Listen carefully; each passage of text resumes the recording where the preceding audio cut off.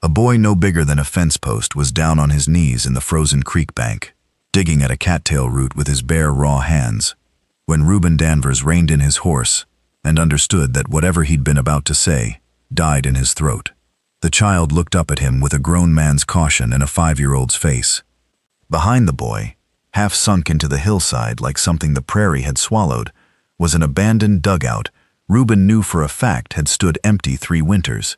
Its door, a hung horse blanket, a thread of smoke, climbing weak and grudging from a stovepipe that had no business still standing. "Easy, son," Reuben said. "I'm not here to trouble you." The blanket door lifted, and a woman came out, and she came out fast, and she came out with a broken hoe handle held crosswise in both hands, like a woman who meant to use it. She was thin the way a person got thin on purpose, so that a child could eat, and her dress had been good calico once, and was now more patch than cloth, and her eyes went straight to the boy, and then to the rider, and did the arithmetic of danger in half a heartbeat. "Get behind me, Micah," she said, low, and the boy scrambled to obey. She did not lower the hoe handle. "We're not squatting to keep it, mister. We'll be gone by spring. There's no call to fetch anybody." Reuben Danvers sat his horse very still and kept his hands loose and visible on the horn. He was a big man, and he knew how he looked coming up over a rise, all shoulders and shadow, and he made himself small the only way a big man could, which was to be gentle. "Ma'am," he said, "I own the grays north of here, out to Coyote Wells. This ground's not mine, and I've no wish to run anybody off it." I stopped because I saw a child digging roots in December, and it put a stone in my chest. He looked at the thin thread of smoke, the boy's bleeding knuckles, the hoe handle shaking just faintly in her grip. "How long since either of you ate something that wasn't dug out of the cold ground?" The woman's jaw set. Pride was the last thing she owned outright, and she wore it like armor. "We manage." "That's not what I asked." She didn't answer. The boy answered for her, in the flat, honest way of children, too young yet to have learned that hunger was shameful. "We had the last of the meal 2 days ago," Micah said. "Ma gives me hers. She says she's not hungry, but her stomach makes noises at night." "Micah," the word came out of her cracked in the middle. Reuben Danvers looked at the woman a long moment, and something in his weathered face gentled and grieved at once. He had buried his own wife and the baby that came too early with her, 6 years back, and he had told himself since that the cold place inside him was permanent, was even useful, kept a man from wanting what he couldn't keep. He'd been wrong. The stone in his chest was not cold at all. "I'm going to step down off this horse," he said, slow, "and I'm going to leave the rifle in the scabbard where it sits. I've got jerked beef and biscuit and a sack of meal in my saddlebags, meant for a line camp that can wait a day. I'd take it kindly if you'd let me set it on that flat rock and ride on, and you needn't say a word to me, nor thank me, nor lower that hoe handle. A body doesn't owe anybody for bread." He did exactly what he said. He stepped down slow, and he set the food on the rock, the beef, the biscuit, the meal, and after a moment's thought, the whole of his own dinner tin besides. And he mounted up again, and he did not once move toward the woman or the boy. But at the rise he stopped and turned in the saddle. "There's weather coming," he said. "Real weather, off the mountains, 2 days out by the look of the sky. That stovepipe won't carry you through a norther, and that blanket door won't keep out a wind that can kill. I'll not push, but I've a warm bunkhouse standing empty, and a cook stove that eats wood all winter, and no soul to share it, and I'd sooner know a child was warm than keep my pride company." He touched his hat. "Coyote Wells, north and west, follow the fence. Danvers. Anybody points you the way." Then he rode off, because he had learned long ago that the kindest thing a big man could do was leave a frightened person the room to choose. Naomi Selby stood in the cold and watched him go until he was a speck, and then nothing. And only then did she let the hoe handle drop, and only then did her legs give, and she sat down hard on the frozen ground, and pulled her son against her, and shook, not from the cold, though she was always cold now, but from the terrible loosening a body feels when it has held itself rigid too long, and is offered, all at once, a place to set the weight down. They ate that night better than they had in a month, and Naomi lay awake after, listening to Micah breathe easy for once, and listening to the wind change. She had come west a bride 2 years back, to a homestead claim and a husband with big plans and a weak chest, and the plans had died with him in the first hard winter, and the claim had gone to the bank for the debt, and there had been nowhere to go, and no money to get there, and a child to keep alive. And so she had walked, and found the empty dugout, and dug in like an animal, and told herself every day it was only until spring.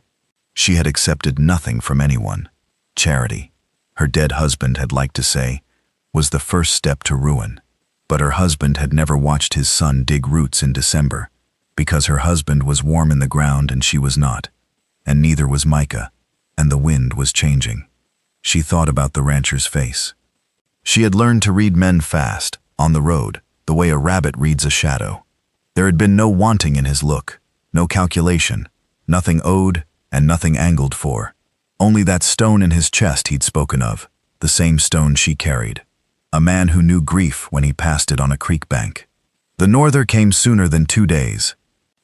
It came in the black hour before dawn, howling down off the mountains with a voice like a live thing, and the stovepipe gave up its long argument with gravity, and came down, and the blanket door tore loose, and let the killing wind straight into the dugout, and Naomi woke to her son, already shivering blue at the lips, and knew, with the flat clarity of a mother, that she had run out of choices, and that pride was going to have to be a thing she buried like she'd buried everything else. She wrapped Micah in every rag they owned, and she wrapped herself in nothing, and she went out into the storm on foot, following a fence line she could barely see, north and west, a mile that was 10, her boy a dead weight of cold against her chest, and her own body long past feeling. She fell twice. She got up twice. Because getting up was not optional. Because there was a small heartbeat against her ribs that had not asked to be born into this, and did not deserve to die in it. And when she could no longer feel her feet or her hands or her face, when she had begun, terribly, to feel warm, which she knew from the road was the last lie the cold told you before the end, a lantern swung out of the white ahead of her, and a big shape came wading through the drifts, and a voice she'd heard once on a creek bank shouted her son's name into the storm, because Reuben Danvers had lain awake in his warm house, thinking about a thread of smoke, and had risen before dawn with a bad feeling, and gone out into the norther to look. He carried them both the last quarter mile, one in each arm, a grown woman and a child like they weighed nothing, his own face gone gray with cold, and he kicked open his own door and roared for his ranch hands, and the next hours were a blur to Naomi, of warmed blankets, and a fire built high, and a leathery old cook named Fry, forcing broth between her son's lips, and Reuben Danvers on his knees at the hearth chafing the life back into a 5-year-old's frozen feet, with a patience that did not break for one single hour, murmuring the whole time, "You're all right, son. You're all right now. You're home. Stay with us. That's it. That's the way." Until the blue went out of the boy's lips and pink came back, and Micah opened his eyes and said he was hungry, and every hard man in that room turned away to wipe his face. Naomi did not have the strength to speak for 2 days. When she did, she was in the ranch house's good bed under 3 quilts, and Reuben was sitting in the doorway on a hard chair where he had plainly sat a long while, and her son was asleep and warm and safe beside her, and she said the only thing there was to say. "You came out in that, for strangers. For a child digging roots in the cold," Reuben said, "and for the woman who walked into a norther, carrying him rather than let him go. That's not a stranger, ma'am. That's the bravest thing I ever saw. And I've seen men do brave things." He turned his hat in his hands. "You've got no debt to me. I want that plain between us before another word. You owe me nothing. I'd have done it for anybody, and I'll not have you thinking your welcome here is bought." Naomi looked at him, this big, gentle, grieving man who kept telling her she owed nothing, as though he were afraid that if she felt indebted, she might feel obliged, and if she felt obliged, she might feel trapped, and he could not bear to trap her. "Why do you keep saying that?" she asked softly. Reuben was quiet a while. "Because I know how it is," he said at last. to have nothing left but your pride, and to have somebody try to buy it off you with kindness, till you can't tell anymore if you stayed somewhere because you wanted to, or because you were beholden. When I lost my Ellen and the babe, folks were kind, and some of the kindness had hooks in it. I'll not put a hook in you. If you go come spring, I'll grubstake you proper, and no shame in it. And if you stay, he stopped. If I stay, Naomi said. If you stay, Reuben said, looking at his hands, it'll be because you chose to, of your own free will, wide awake, and not one other reason on this earth. That's the only way I'd have it. A man doesn't want to be a woman's last resort. He wants to be her first thought. The trouble that tried to spoil it came in February, on a cutter sleigh, in the shape of a county man named Pruitt Halloway, and two of the more righteous women of the Coyote Wells Church Committee, who had heard that the widow Selby and her boy were wintering unwed under a bachelor's roof, and had decided it was their Christian duty to be scandalized about it. The child's welfare is the county's concern, Halloway announced from Reuben's own doorstep, not troubling to remove his hat. A destitute widow, no husband, no means, dependent on a single man not her kin. It's an irregular situation, Mr. Danvers, and an unwholesome example. The boy would be better placed in the church home at Kettle Falls, where his moral upbringing can be. You'll not finish that sentence, Reuben said. He did not raise his voice. He rarely did. But he stepped out onto his porch and drew the door shut behind him, so the woman and the boy inside would not hear, and he looked down at the county man from his full height, and something in his weathered face made Halloway take a half step back into the snow. That boy came to me half dead in a norther because his mother carried him a mile through it rather than let him freeze, Reuben said, quiet and terrible. She's the finest, bravest, hardest working soul on this range, and if you'd walked 1 yard in her shoes, you'd take off your hat when you said her name. She's my hired housekeeper, paid a fair wage, with her own quarters, and there's an old cook and 4 hands, sleep on this place, who'll all swear to it before any judge you like. But I'll tell you the true shape of this situation, since you've come so far in the cold to misread it. He looked past Halloway to the 2 churchwomen, and his voice gentled not one bit. I've asked that woman to marry me. She hasn't answered, because she's a woman of honor, who'll not be rushed, nor bought, nor beholden. And I'd wait 10 winters for her yes, before I'd take it any way but freely given. So you can turn that sleigh around and carry this back to your committee. The only thing irregular on this ranch is how a child ever came to be digging roots in the snow within a day's ride of your warm church, and none of you thought it your concern until there was gossip in it. The door opened behind him. Naomi stood there, having heard it all, her chin up and her eyes bright and dangerous. Mr. Halloway, she said, my son is warm, fed, schooled at this table every evening, and loved. You are welcome to inspect all of it and welcome to leave, but you'll not speak of placing him anywhere but at my side while there is breath in me. I walked through a storm that would have killed you to keep him. Do not imagine a committee frightens me.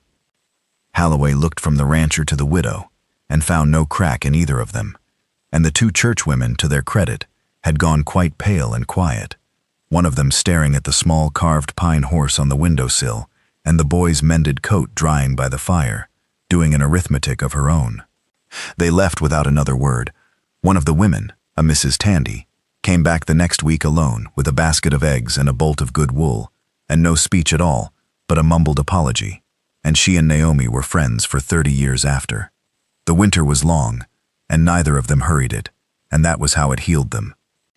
Naomi grew strong again on Fry's cooking and put the flesh back on her frame, and she was not idle a day. She mended every torn thing on the place and set the neglected ranch books to rights and taught Fry 3 things about biscuits that improved his whole disposition. Micah followed Reuben Danvers like a shadow follows a fence post, out to the barn at dawn, up on the gentlest mare, learning to gentle a rope, and Reuben, who had thought the fatherhood in him was dead and buried with the babe that never breathed, found it was only sleeping, and it woke, and it was enormous. He carved the boy a horse out of pine. He taught him to whittle. He let him ride up front in the saddle and named him his top hand, 5 years old, and the boy glowed under it like a coal. and Naomi watched a big, grief-buried man kneel in the straw to see her son's rope trick at a child's eye level, and she felt the last frozen thing in her come loose and thaw, and she knew. She told him on the first warm evening of the spring, out by the well at Coyote Wells, when the ice had gone off the water and the meadowlarks were arguing in the new grass. She told him she'd made her choice, wide awake, of her own free will, and it was not the bunkhouse, and it was not the grub stake, and it was not gratitude. "I stayed a month ago in my heart," Naomi said. "I only waited to say it till I was strong enough that you'd know it wasn't the cold talking, nor the hunger, nor being beholden. I'm not your last resort, Reuben Danvers. You're my first thought. You have been since a creek bank in December." She reached up and laid her thin, work-worn hand against his weathered jaw. Ask me proper. I want to hear a man ask me for once, instead of me having to survive my way into everything." Reuben Danvers took off his hat and got down on one knee in the spring mud like a boy, this enormous, careful man, and asked her proper.